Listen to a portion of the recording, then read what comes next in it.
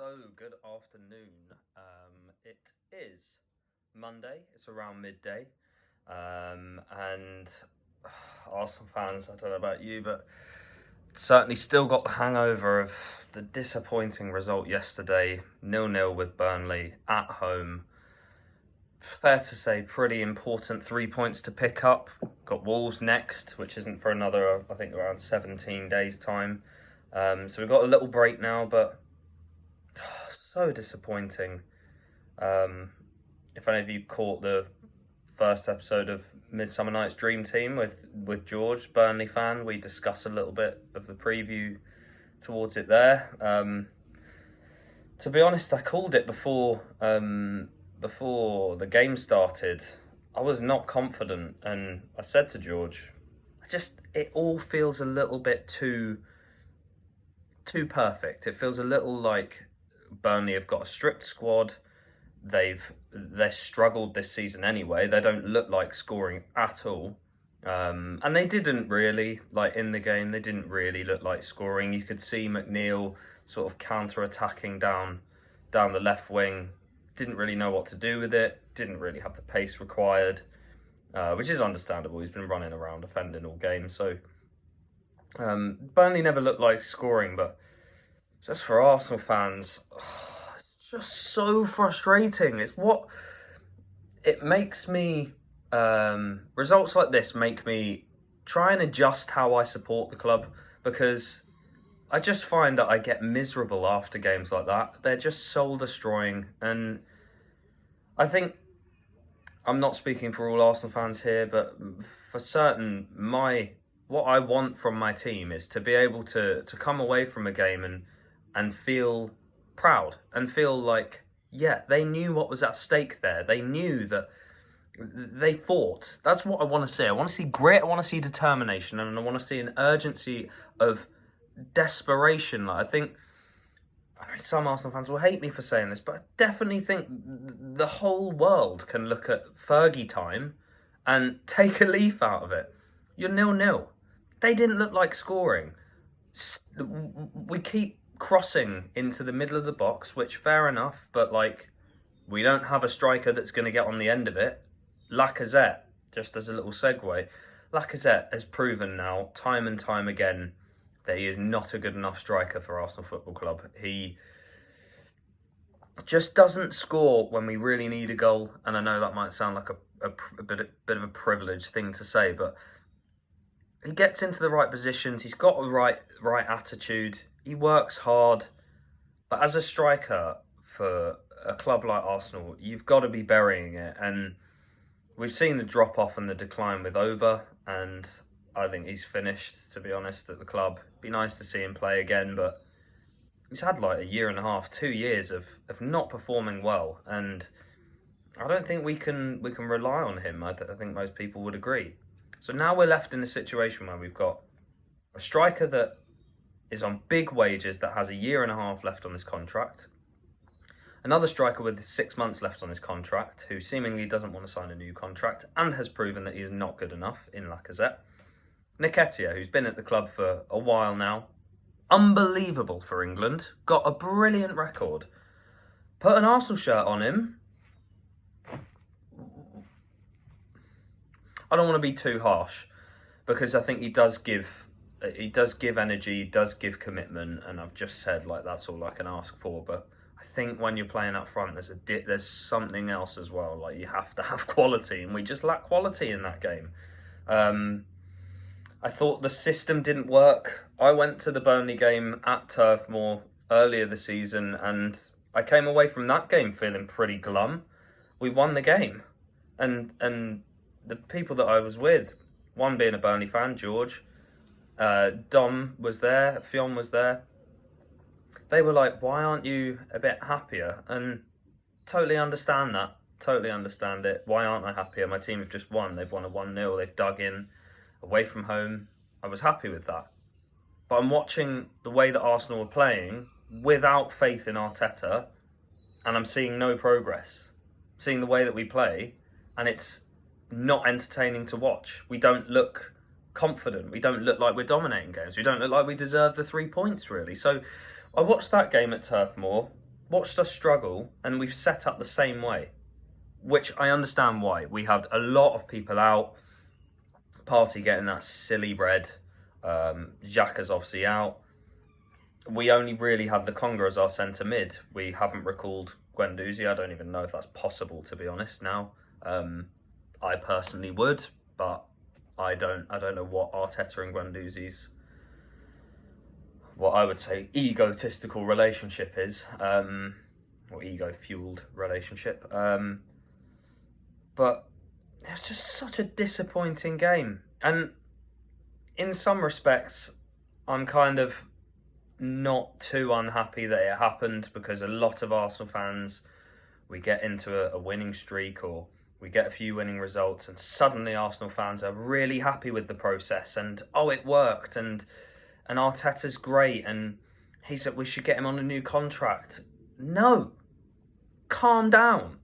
We've literally won a handful of games, unconvincingly, beating Norwich 1-0, Burnley 1-0. Yes, we've had a few results a couple of months ago that were brilliant, and it did actually give me faith in Arteta, but now I'm looking at it and I'm like, they've gone backwards. And I know there are a load of factors like COVID, lack of match fitness. It's the same with every other Premier League team, almost. Burnley, trained with 16 people. They've got a way thinner squad than we have. They can't score a goal to save their lives. Why didn't we know about that? Why have we set up in that way? Arteta seemed to praise himself and saying, like, we came out in the second half and we were a different outfit. Well, no, we weren't. We didn't score. What do you mean we're a different outfit? So we got another 10 shots off target. Great. We still didn't score. I just think there's a lot of accountability that needs to happen at the club. I don't really want to stick on the Burnley game too much, but the other things that I personally, as a fan, found very frustrating is we're watching the two players on our team with the least technical ability hold the ball the longest. Why is no one saying to Gabriel, and I like Gabriel, why is no one saying to Gabriel, shift the ball quicker, shift it quicker? He's got, he sort of runs with it tentatively, doesn't shift the ball from foot to foot. If you watch the top centre-backs, they shift the ball when they don't know what to do with it. They shift the ball from left foot to right foot. It just moves the players ever so slightly. Gabriel just taking touch, watching nothing happen in front of him. There's no cohesion there. Whether it's coming from Gabriel, needing to shift it quicker, or coming from moves off the ball. No cohesion at all. Unbelievably frustrating. These guys have had a long time playing with each other now, and a lot of them have played in the first team week in, week out. Come on. And when we're in the last 10 minutes of the game, just stick Gabriel up front. Why not? They've shown no threat all game. Leave Holding on the centre line. Leave Lokonga with him. Even stick Ben White near them. That's 3 at the back. They're not going to counter properly, especially with their lacking of quality. No disrespect, that was actually quite disrespectful how I said that, but you see what my point is. When we've got Tierney and Martinelli and Saka and Odegaard and Smith Rowe all whipping balls in, get the biggest player on the pitch in the box. Get in there. Just make things happen. Just show like you realise, like I do as a fan, just how important these 3 points are. We're now behind, definitely behind Spurs. Thank Lord, I never thought I'd be saying this. Thank the Lord that Chelsea beat Spurs. I can't stand Chelsea, obviously. I actually despise Chelsea more than I despise Spurs. But selfishly, we needed Chelsea to win there. We're not going to catch third. Any overly ambitious thoughts tending to that, ridiculous. We got to aim for fourth. These next 6-7 days of the transfer window will prove a lot. We've had a lot of talk from Edu, from the owners, from Josh, and I think that's turned fans' eyes. They've heard their PR and they've gone, "Ooh, quite like that. Hang on." He's using the excuse that they only acquired the club fully, like a couple of years ago, whenever it was, like a few years ago. COVID's played with my my memory. however many years ago they only acquired it, and they've put a load of money into it. And actually, those signings we've looked at and we've gone, yeah, most of them have turned out all right. So the pressure's not massively on any of the people at Arsenal at the moment. But why are we not signing anyone? We're in the prime position to chase fourth. Spurs aren't looking that great. United certainly aren't looking that great. West Ham's wheels have come off ever so slightly, and they're still in the Europa. United is still in the Champions League, I think. Might have that wrong. I thought they were. Yeah, they are. Now is the time. What do we need? It's clearly evident to every Arsenal fan. Doesn't matter whether you watch them week in, week out or not. We need a centre mid. Xhaka has proven time and time again he is not good enough in an Arsenal shirt. He's got ill discipline. He's got a foul attitude. Get rid of him. Don't get rid of him in summer. Get rid of him now. And if you can't get rid of him now, definitely get rid of him in summer. Keep Partey. Keep Lokonga. We need centre mids. Why have we not signed a centre mid? Why are we fannying about with Arthur, who is unproven in the Premier League, who's unproven in bloody Serie A, and pretty much unproven in La Liga? Why? Because his profile matches what we need. He's 25 and he's a passer. No, he's unproven. Fact. That is a fact. Why we've spent the whole January transfer window trying to work out whether we can get him on loan for 6 months or bloody 9 months. Just get the business done. It's always just skimping. It's a loan deal. You're not even paying that much money.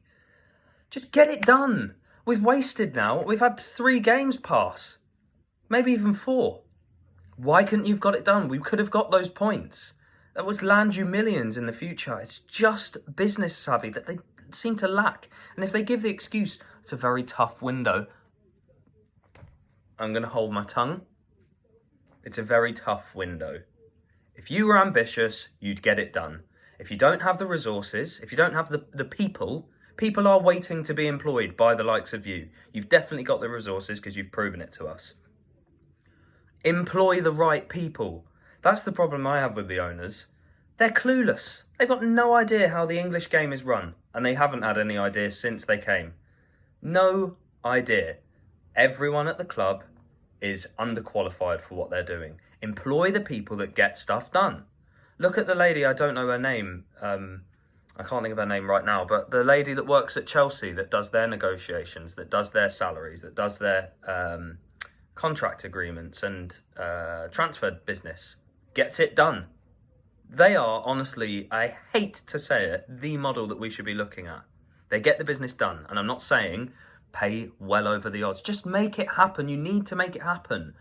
The longer we screw around, umming and ahhing, just make it happen. It's very clear we need a centre forward. Whether we get Vlahovic or not, I understand with a business like that, I understand with a deal like that, why they're taking their time. Please, I'm not too unreasonable. It's a lot of money. 60, 70 million is a lot of money. But again, people bite my head off for saying this. Unproven. I know he's broken the record in Serie A. It's a farmers' league. Proven time and time again. I mean, look at Lukaku. Proven pretty much everywhere, let's just say. Yes, he's in a dipped form. Proven everywhere. Come to the Premier League, struggling again. This guy's 21, and he's been playing for Fiorentina for the last 6 years, 7 years. There's no evidence to say he's going to come to Arsenal and suddenly start banging the goals that we need. So I understand why they're taking their time with that. But they have got to address it. They have to. The next week will be massive. If we don't make movements, that shows the lack of ambition and the BS that they've been spouting through their PR and media interviews, whether it's all bloody planned. I'm just saying to Arsenal fans, just everything you hear, think about it. Think about if they're genuinely telling the truth. And don't look at their behaviour. I'm an actor. I look at human behaviour for a living. Don't look at their human behaviour. Listen to what they're saying and work out, why would he say that? Is it to appease fans? Is it to calm fans? Is he going to follow through with that? Go back and look at that interview now. Go back and look at it in summer. Go back and look at it next summer. Go back, look at it. Has he fulfilled it? if he's fulfilled it, I promise you I will hold my hands up and I will say, do you know what? Fair enough, Josh Kroenke. You held your word and you did what you said you would do. At the moment, he's done that up until January, but like, it's a prime time. We've got 4th in our hands. We've got it in our clutches. Get the business done, make it happen. Because then you're also setting a standard. If they make those signings and Arteta says, look, I need a centre forward and I need a centre mid, and it makes no sense us downgrading, we only upgrade. If they bring those 2 players in January and we finish 8th or 7th or 6th, again, get rid of Arteta. It sets a standard of elite mentality of going, though the club is to win things. The Kroenkes came out and said, we're moving from Highbury to the Emirates to become a world-beating team. World-beating team. I.e., best team in the world. One of the best teams in the world. You can't ever be titled the best team in the world, really. But up there. Only declined so far. We've only declined. That's what I mean. Go back to what he said. Has it happened? No. We've had 15, 16 years of it now. Of just hearing rubbish, and nothing's changing. We're sat stale. Remember, Arsenal fans, remember, we all wanted Arsene Wenger out. All of us. He was there for probably 2 seasons too long. We all wanted him out. And why did we want him out? Why? I don't even know if I want to answer that question. Think about it. Why did we want him out? Because we didn't want to settle for 4th spot. For 3rd loser. 3rd loser of the league. We didn't want to settle for that. The rinse and repeat lifestyle of, we finished 4th again. We're in the Champions League. We've just been battered by Bayern Munich, 8-2 on aggregate. It's tiresome. That was what our mentality was. And now look what it is. Now it's a bunch of people throwing abuse at each other who support the same team, backing one man or a group of players, whoever it is, whether it's Xhaka or Arteta or whoever, backing one man. They are not the club. They're not the club. They are players. They're assets to the club. I wouldn't say Xhaka is an asset by any stretch of imagination, but they're assets to the club. You see my point. Excuse me. Yeah, just, you can hear by my petulant tone, it's very frustrating watching games like that. You just knew it would happen. 0-0 at home. I also think, like, just touching on the transfer things and what we need, I do, despite what I said, I do think Vlahovic would work. You look at the way he plays, he very much gets involved with the build-up play, which is what Lacazette does very well, to give him credit. He gets involved with the build-up play. He sits too deep, Vlahovic doesn't. So he gets involved in the build-up play, and look at all of his goals. They are pretty much all in the box, all of them. He's 6'3". All of those balls that Tierney was whipping in from the left-back position, how many did he get in? What, like 7, 8, maybe more? 2 or 3 of them are going to be put on target by a player like Vlahovic. And 2 or 3 of them going on target could mean 2 or 3 goals. 2 or 3 goals means goal difference. It all works its way up to, hopefully, getting back into the top 4. I just hope that the ambition's fulfilled. That's all. But yeah, let me know if anyone likes this video and rates what I have to say. Let me know what you have to say. Anyone in the comment section, please feel free. Let me know your thoughts. I will interact. And by all means, fire questions away at me if you want. Who I think perhaps... I mean, we've got an episode of Midsummer Night's Dream Team coming up for transfer deadline day, which is where I probably will discuss who I think Arsenal should be going for. But yeah, I hope you enjoyed this video. Keep well and be positive. I'm trying. I just hope that in the next 7 days I have a reason to be. See you later.